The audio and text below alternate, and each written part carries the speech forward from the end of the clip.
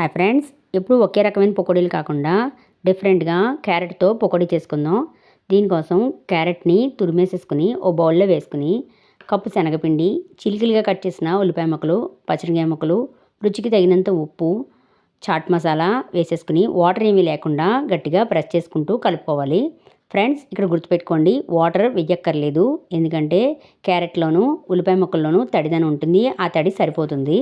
బాగా కలిపేసుకున్న తర్వాత సన్నగా కట్ చేసిన కొత్తిమీర, కరివేపాకు కూడా వేసేసుకుని ఒకసారి బాగా కలుపుకొని కాగుతున్న నూనెలో పకోడీలాగా వేసేసుకోవాలి. రెండు వైపులా వేగిన తర్వాత ఒక ప్లేట్లోకి తీసేసుకోవడమే. అదే ఆయిల్లో చిన్నగా ఘాటు పెట్టుకుని పచ్చిమిరపకాయలని వేయించుకోవాలి. ఈ వేయించుకున్న దాన్ని మనం తయారు చేసుకున్న పకోడీల పైన వేసేసుకోవడమే. అంతే, ఎంతో రుచికరమైన క్యారెట్ పకోడీ తినడానికి రెడీ.